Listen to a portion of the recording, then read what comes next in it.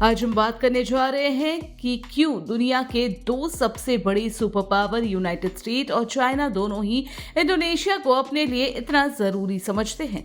Indonesia सिर्फ एक देश नहीं बल्कि एक स्ट्रैटेजिक हब है जिसका इन्फ्लुएंस साउथ ईस्ट एशिया से लेकर पूरे इंडो पैसिफिक के रीजन तक है। इसका लोकेशन, इकोनॉमिक पावर और रीजनल लीडरशिप दोनों ही सुपर पावर के लिए बहुत मायने रखता है।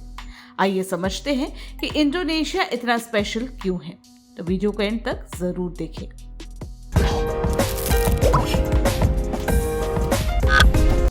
Strategic location and maritime importance. Indonesia का जियोग्राफिकल लोकेशन स्ट्रैटेजिक है। ये दुनिया के सबसे important maritime choke point strait of Malacca, Sunda strait और लोम्बोक स्ट्रेट के कंट्रोल में है। स्ट्रेट ऑफ मलिक्का से गुजरता है चाइना का मैक्सिमम मैरीटाइम ट्रेड, जिसका वैल्यू $1 ट्रिलियन में है। इसलिए चाइना चाहता है कि इंडोनेशिया उसके साथ स्ट्रॉन्ग रिलेशनशिप बनाए ताकि ये ट्रेड रूट सेफ और अनइंटरप्टेड बनी रहे। दूसरी तरफ अमेरिका के लिए भी इंडोनेशिया साउथ चाइना सी और इंडो पैसिफिक रीजन में अपने स्ट्रैटेजिक इंटरेस्ट को प्रोटेक्ट करने का एक मेजर पॉइंट है। यहाँ का कंट्रोल दोनों के लिए जियोपॉलिटिकल डोमिनेंस के लिए जरूरी है। Economic power house of south east Asia. Indonesia सिर्फ जियोग्राफी की वजह से नहीं बल्कि अपनी बड़ी और रैपिडली ग्रोइंग इकोनॉमी की वजह से भी दोनों सुपर पावर के लिए अट्रैक्टिव है। साउथ ईस्ट एशिया का सबसे बड़ा इकोनॉमी और सबसे ज्यादा पॉपुलेशन होने की वजह से ये एक बड़ा मार्केट और इंडस्ट्रियल हब है। चाइना ने अपने हेवी इन्वेस्टमेंट इंफ्रास्ट्रक्चर, एनर्जी और टेक्नोलॉजी सेक्टर में लगाई है, जैसे कि हाई स्पीड रेलवे, माइनिंग और electric vehicles. Manufacturing economic ties China के लिए एक बूस्ट है और ये दोनों इकोनॉमीज को आगे बढ़ाने में मदद करता है।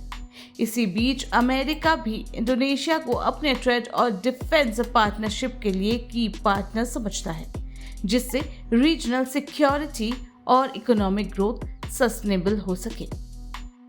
डिप्लोमेटिक बैलेंसिंग और रीजनल लीडरशिप।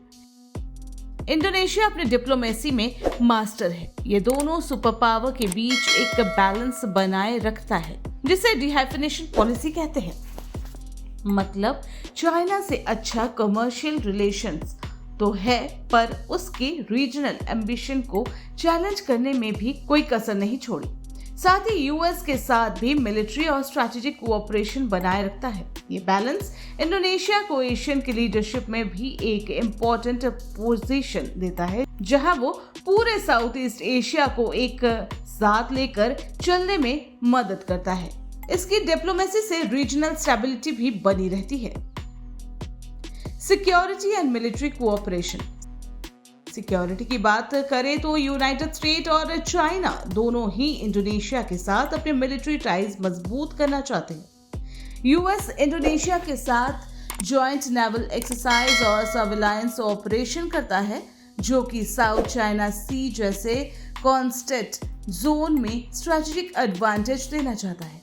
चाइना भी हर हाल में अपनी इन्फ्लुएंस बढ़ाने की कोशिश करता है और इंडोनेशिया को अपने क्लोज डिप्लोमेटिक पार्टनर बनाने के लिए नए डिप्लोमेटिक प्लेटफॉर्म क्रिएट कर रहा है। 2025 में उनका पहला 2+2 डायलॉग एक सिंबल था कि दोनों पावर इंडोनेशिया को अपने की पार्टनर समझते हैं, चाहे उनका राइवलरी कितना भी इंटेंस हो।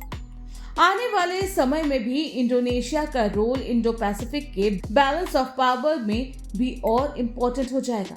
चाइना के बेल्ट एंड रोड इनिशिएटिव में इंडोनेशिया एक प्रायोरिटी कंट्री है, जहां इंफ्रास्ट्रक्चर और मैरीटाइम प्रोजेक्ट्स को एक्सेलरेट किया जा रहा है। वहीं यूएस अपनी इंडो पैसिफिक स्ट्रैटेजी में इंडोनेशिया को एक पाइवोटल रीजनल एली बनाना चाहता है।